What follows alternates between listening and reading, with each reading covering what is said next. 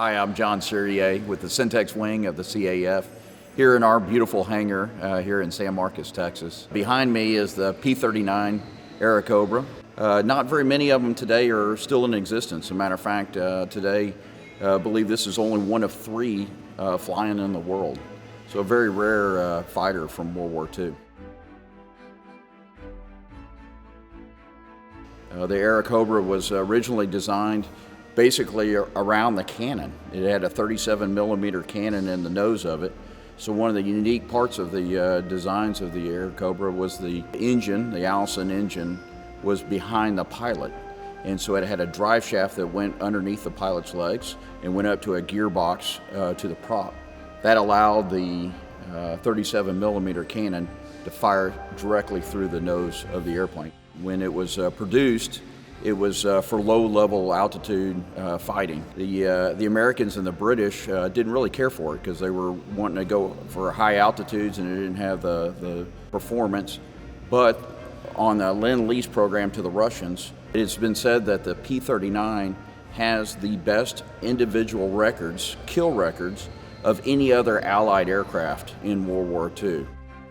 So some of the history of the P39, including this particular model, a Q model, were used over in California as trainers, fighter trainers. Matter of fact, the famous Bud Anderson, Triple Ace, this was the first fighter he flew. And that was in California before he was sent off to England, where he received his B model P51. And so the P39 was really the first fighter that many of our pilots got to fly in before they were sent overseas.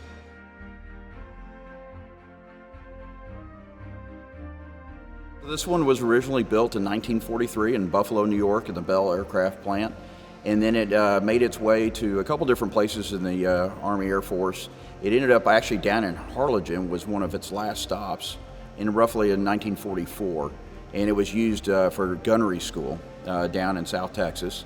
And then after the war, like many of the aircraft that were here in the United States, it was sent off to be scrapped, no longer in use. And so on its trip from South Texas, it had an engine failure and was set down in a crop dusting field in New Mexico. There it sat, and the story goes that it was actually brought over to a school, and kids used it as a play toy. They used it there, and then shortly after in the 50s and then going into the 60s, early 60s, it was purchased to be restored. John Stokes purchased the aircraft and donated it back to the CAF. Since 1974, it has been based here, it's been flying here ever since.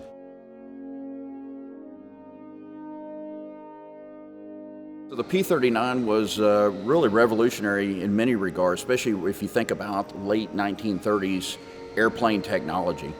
One of the unique things about the P39 is, again, the engine in the back and also having tricycle gear.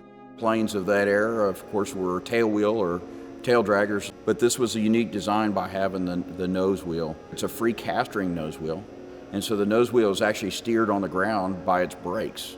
The brake system is very important for this aircraft. The original brakes are a band type brake, and so what we're doing is we're doing a major upgrade to this airplane. Very similar to what we've done on several of our planes, like our T6 that we fly. They go to a disc brake, a modern disc brake. For our winter maintenance, and one of the big major projects that we're doing for our P39 is to upgrade brakes to disc brakes.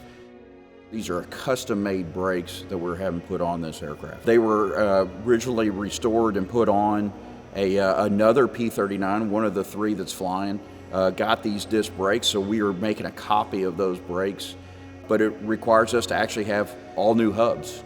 Yes, it's very expensive, but obviously brakes for an airplane is a huge safety issue, and it's one that we feel like once we have this accomplished and put on the aircraft, our P39 will last many, many years to come, and this will be another safety enhancement to the aircraft. You know, the P39 is such a big part of our history, and especially aviation history. Obviously, it served a big purpose in World War II. And here we are, we're the caretakers, the Syntex Wing and Commemorative Air Force, we're the caretakers of just really only one of three flying in the world today.